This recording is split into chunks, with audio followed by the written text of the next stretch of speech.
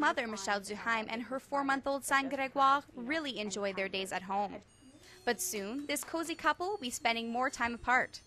Michelle is planning to wind down her maternity leave, and she's looking for daycare. I've been turned down by somebody because she has too many kids, and I'm waiting for somebody else, so it has been a little bit difficult. Michelle says it doesn't matter if Gregoire ends up in a licensed or unlicensed facility, as long as the daycare provider has good references and she gets the right feeling from the place. So what exactly is the difference between licensed and unlicensed?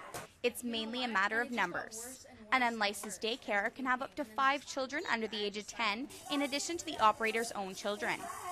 If the operator wants to take on more than that, a license is required. Licensed doesn't guarantee quality and unlicensed doesn't mean inferior. But explaining this to the public can be a challenge.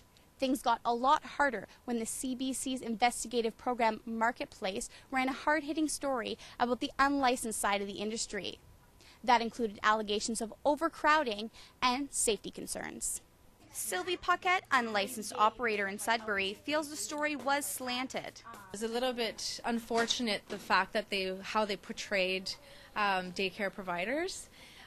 Just because it's just such in a very degrading light. Sylvie said the unlicensed operators she knows are very responsible and certainly aren't cutting corners to make extra cash.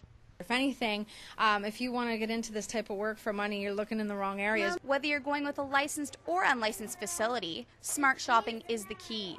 A properly run daycare has resources for every child. We do a lot of activities planned around their growth and development. We look at each child as an individual. This